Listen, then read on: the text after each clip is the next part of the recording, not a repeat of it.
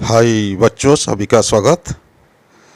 आज हम एक कविता की चर्चा करेंगे जिसका नाम है एक तिनका और कवि है अयोध्या सिंह उपाध्याय हरिऔध। देखते हैं संक्षेप में कवि परिचय। नाम है अयोध्या सिंह उपाध्याय हरिऔध। जन्म 15 अप्रैल 1865 आजमगढ़। मृत्यु 16 मार्च 1947। रचनाएं हैं प्रिय प्रवास 1914 में, वैदेही वनवास 1940, कर्मवीर, रस कलश 1940, चोखे चौपद 1924, चुपते चौपदी 1932। उनकी भाषा थी ब्रज और खड़ीवली। प्रिय प्रवास ये हिंदी खड़ी बोली का प्रथम महाकाव्य है। आओ देखते हैं विषय को। विषय है एक तिनका। मैं घमंडों में भरा ऐंठा हुआ एक दिन जब था मुंडेरे पर खड़ा, अचानक दूर से उड़ता हुआ एक तिनका आँख में मेरी पड़ा। मैं झिझक उठा हुआ वैसे सा लाल होकर आँख भी दुखने लगी। मूठ देने लोग कपड़े की लगे, ऐंठ बेचारी दवे पाँव भागी। जब किसी ढब से निकल तिनका गया, तब समझने यूँ मुझे ताने दिए, ऐंठता तू किस लिए इतना रहा, एक तिनका है बहुत तेरे लिए। आओ पहली पंक्ति को देखते हैं। मैं घमंडों में भरा ऐंठा हुआ एक दिन जब था मुंडेरे पर खड़ा, अचानक दूर से उड़ता हुआ एक तिनका आँख में मेरी पड़ा। कष्ट शब्द है घमंड। घमंड का अर्थ है अहंकार, गर्व। ऐंठना का अर्थ है गर्व करना, घमंड करना। मुंडेरे यानी मुंड प्लस एरा, एरा प्रत्यय मुंडेर यानी दीवाल या सबसे ऊपरी भाग जो छत के ऊपर रहता है।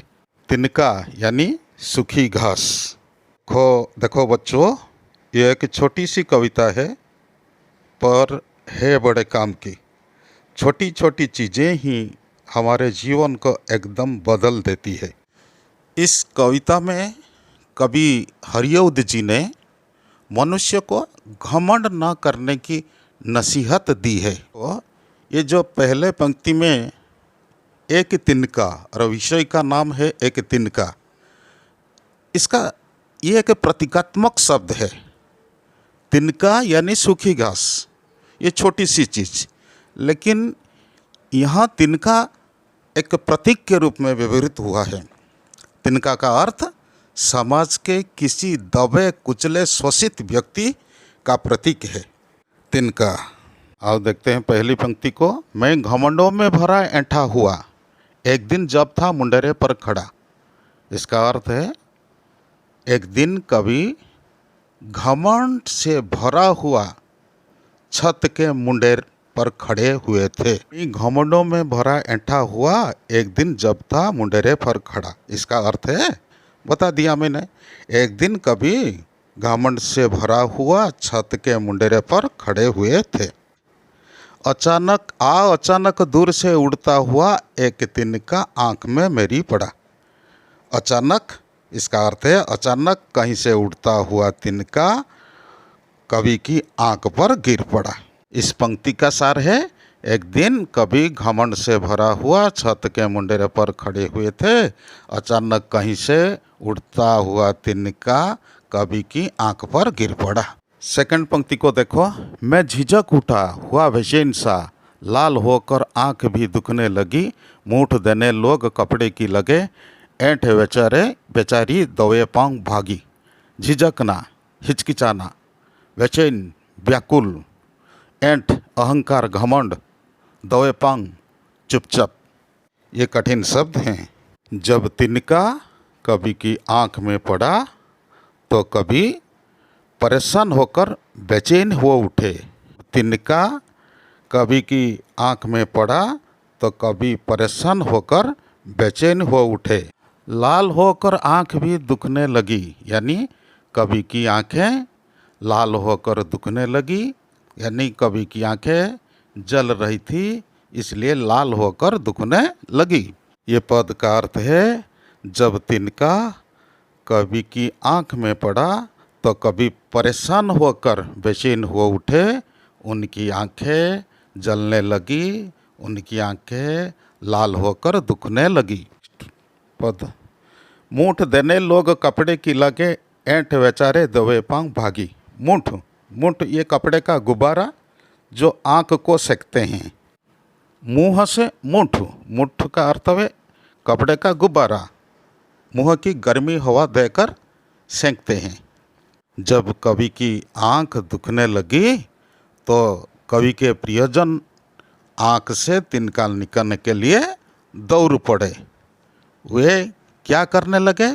कपड़े की मूठ देकर उनकी आंख को सेकने लगे, पर दर्द किसी तरह से कम नहीं हुआ। ऐंठ बेचारी दोए पाँव भागी। दोए पाँव का अर्थ है चुपचाप। कभी कहते हैं उनकी सारी अकड़, उनकी सारी अकड़ यानी कवि की सारी अकड़ तिनके से पानी पानी हो गई। ऐंठ मानो चुपचाप भाग गई। कवि का अहंकार घमंड चूर हो गया। नेक्स्ट पंक्ति देखो। जब किसी ढब से निकल तिनका गया तब समझने यूं मुझे ताने दिए। ऐंठता तू किस लिए इतना रहा, एक तिनका है बहुत तेरे लिए। शब्द है जब किसी ढब, ढब का अर्थ है तरीका, रीति। दूसरे लाइन में है देखो समझ, समझ का अर्थ है विवेक। ताने, ताना देना यानी कटुक्ति करना। जब किसी ढब से निकल तिनका गया तब समझने यूं मुझे ताने दिए।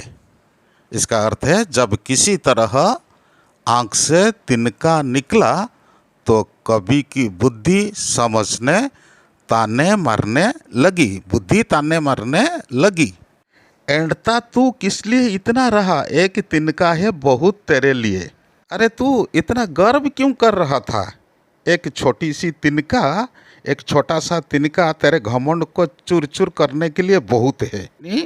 बुद्धि ने उसको समझाया, कवि को समझाया कि तू इतना ऐंठता क्यों है, एक छोटा सा तिनका तुम्हारा घमंड तोड़ने के लिए काफ़ी है, इसलिए तुम घमंड से बचो।